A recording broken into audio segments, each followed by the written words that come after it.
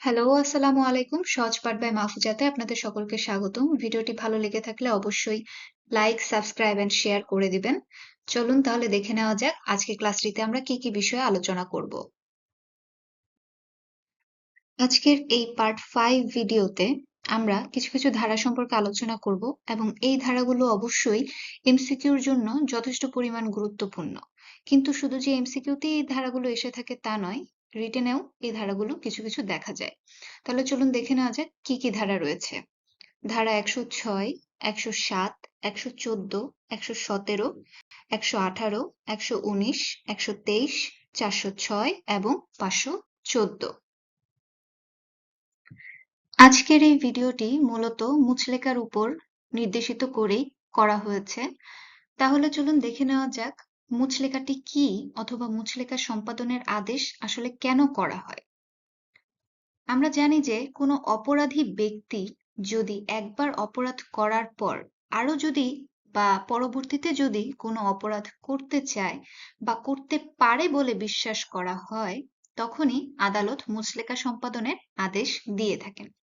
অর্থাৎ কোনো ব্যক্তিকে দ্বিতীয়বার অপরাধ থেকে বাধা দেওয়ার জন্যই মূলত মুচলেকাটি দেওয়ার জন্য আদেশ করা হয় আদালত থেকে। এখন এই মুচলেকাতে মেইনলি আমরা কিছু কিছু জিনিস দেখব, সেটা হচ্ছে শান্তিভঙ্গ। এখানে প্রথমে শান্তিভঙ্গ বলতে আমরা বুঝতে পারি যে গণশান্তি নষ্ট, আঘাত বা গুরুতর আঘাত করা, ধর্ষণ বা বলাৎকার ইত্যাদিকেও বোঝানো হয়। শান্তিভঙ্গ যে শুধুমাত্র শান্তি ভঙ্গই হচ্ছে তা কিন্তু নয়। গুরুতর আঘাত, আঘাত বা ধর্ষণ বা বলাৎকার ইত্যাদিকেও বোঝানো হবে। চলুন দেখে নেওয়া যাক section 106, security for keeping the piece on conviction, অর্থাৎ দণ্ডিত হওয়ার পর শান্তি রক্ষার মুচলেকা। কিছুক্ষণ আগে আমরা দেখলাম শান্তি ভঙ্গ, অর্থাৎ এখন আমরা দেখব শান্তি রক্ষার জন্য মুচলেকাটি আমরা কিভাবে পেতে পারি। ১. শান্তি ভঙ্গের সম্ভাবনা থাকলে বা শান্তি ভঙ্গ সহায়তা করলে অথবা ভীতি প্রদর্শন করলে যে কোনো ব্যক্তি অপরাধে অভিযুক্ত হবেন এবং তিনি অ্যাকিউজড হিসেবেই কিন্তু গণ্য হবেন। High court, session court, metropolitan court কর্তৃক সাজাপ্রাপ্ত হবেন। অনধিক ৩ বছরের কম নয় এমন জামিনদার সহ অথবা জামিনদার ছাড়া একটি নির্ধারিত পরিমাণ অর্থের সাপেক্ষেই কিন্তু মুচলেকা প্রদানের আদেশ দিবেন আদালত। অর্থাৎ আমরা বুঝতে পারছি যে শান্তিভঙ্গে সহায়তা করবে বা ভীতি প্রদর্শন করবে অথবা এই ধরনের কাজে লিপ্ত থাকবে তাকে আমরা অ্যাকিউজড হিসেবে গণ্য করব, যে তিনি আমাদের মুচলেকা প্রদান করবেন। কি মুচলেকা প্রদান করবেন? অবশ্যই তা ৩ বছরের কম নয় এবং তিনি মুচলেকাটি এমনভাবে প্রদান করবেন যে এই ৩ বছরের মধ্যে তিনি কোনো রকম কোনো প্রকার অনৈতিক কাজ বা শান্তি ভঙ্গ বিষয়ক কোনো রকম কাজ তিনি করবেন না। ২. আপিলে দণ্ড বাতিল হলে মুচলেকাটিও বাতিল হয়ে যাবে। অর্থাৎ যখন মুচলেকার বিরুদ্ধে আপিল করা হয় তখন আপিলটি যদি বাতিল হয়ে যায় তবে মুচলেকাটিও কি হয়ে যাবে? বাতিল হয়ে যাবে। অর্থাৎ পুনরায় মুচলেকা দিতে হবে। ৩. আপিল কোর্ট, রিভিশন কোর্ট বা হাই কোর্ট এই ধারা বলে আদেশ প্রদান করতে পারেন। অর্থাৎ আমরা বুঝতে পারছি যে সেকশন 106 এ যে দণ্ড হওয়ার পর শান্তি রক্ষার মুচলেকা যেটি, এটি appeal court, session court, revision court বা হাই কোর্ট এই ধারা বলে কি করতে পারে? আদেশ দিতে পারে। মানে এই ৩টি কোর্টের মাধ্যমে আমরা কি পেয়ে থাকি? আদেশ পেয়ে থাকি।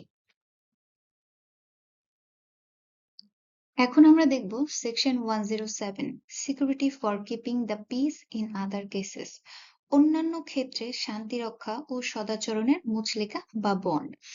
কিছুক্ষণ আগে আমরা দেখলাম সেকশন 106, যেখানে বলা ছিল দণ্ডিত হওয়ার পর শান্তি রক্ষার মুচলেকা।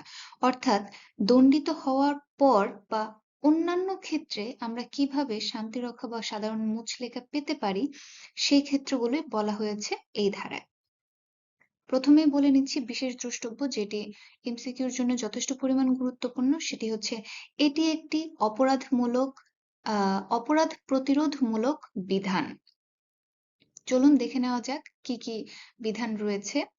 এ ধারায় শান্তি রক্ষার জন্য কোনো নির্দিষ্ট ব্যক্তিকে মুচলেকা প্রদান করার জন্য কেন আদেশ দেওয়া হবে না তার কারণ দর্শানোর নির্দেশ দেবেন আদালত।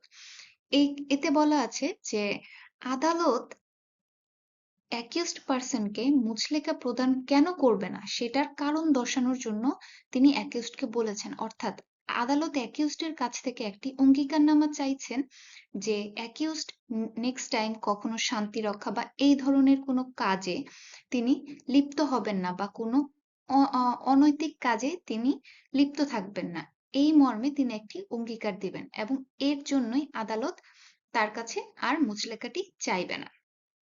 ২. যদি এই ধারা বলে কেউ প্রতিকার দাবি করে তবে ধারা ১১৪ বলে আদালত অভিযুক্ত ব্যক্তিকে কারণ দেখানোর জন্য সমন ইস্যু করবেন।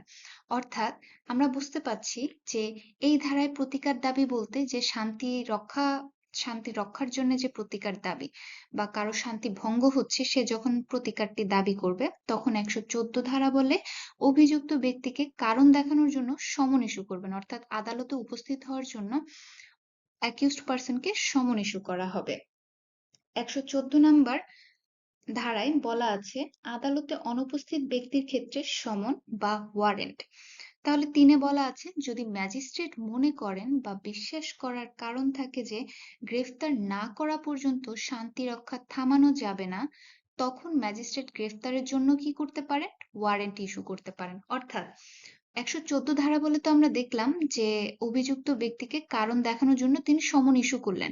এখন দেখা গেল তিনি সমন ইস্যু করার পরেও দেখা গেল যে অপরাধকৃত যে ব্যক্তিটি রয়েছেন তিনি তার কাজ থামাননি, তিনি অনৈতিক কাজ করেই যাচ্ছেন, শান্তি ভঙ্গ করেই যাচ্ছেন। সেই ক্ষেত্রে ম্যাজিস্ট্রেট গ্রেফতারের জন্য ওয়ারেন্টও কি করতে পারেন?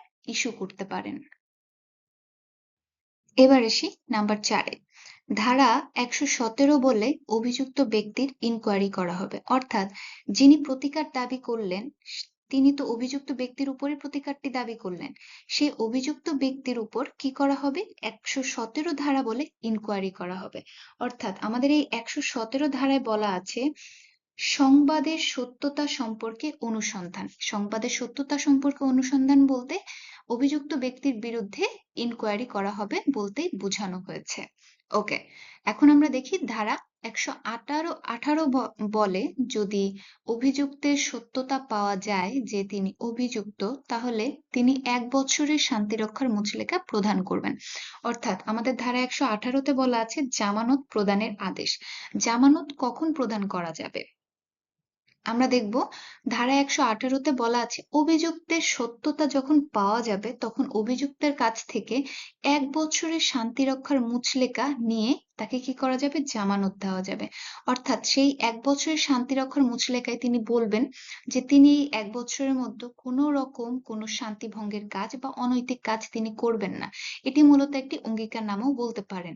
তার মানে আমরা বুঝতে পারছি যে অভিযুক্তের সত্যতা যদি পাওয়া যায় তাহলে ১ বছরের শান্তি রক্ষার মুচলেকা প্রদান করবেন কে? অভিযুক্ত ব্যক্তি। কোন ধারা বলে? ধারা ১১৮ বলে। এখন চলুন দেখি নাম্বার ৬। ধারা ১১৯ বলে অভিযুক্তের সত্যতা যদি না পাওয়া যায় তাহলে কি করা হবে? যদি কোনো অভিযুক্তের সত্যতা না পাওয়া যায় তাহলে আদালত সে অভিযুক্ত ব্যক্তিকে অব্যাহতি প্রদান করবেন।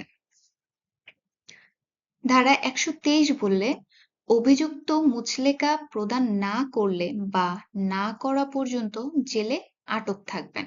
ধারা ১২৩ বলা আছে যদি অভিযুক্ত ব্যক্তিটি মুচলেকা প্রদান না করতে চায় অথবা না করে তাহলে কি করা যেতে পারে? তাহলে তাকে আটক রাখা যেতে পারে জেলে, যতক্ষণ না পর্যন্ত তিনি মুচলেকা প্রদান করবেন ততক্ষণ পর্যন্ত। এখন ধারা ১২৩ বলা ছিল জামানত প্রদানের খেলাপে কারাদণ্ড। অর্থাৎ জামানত প্রদান যখন তিনি খেলাপ করবেন যে তিনি মুচলেকা প্রদান করবেন না তখনই তিনি কি হয়ে যাবেন? আটক হয়ে যাবেন।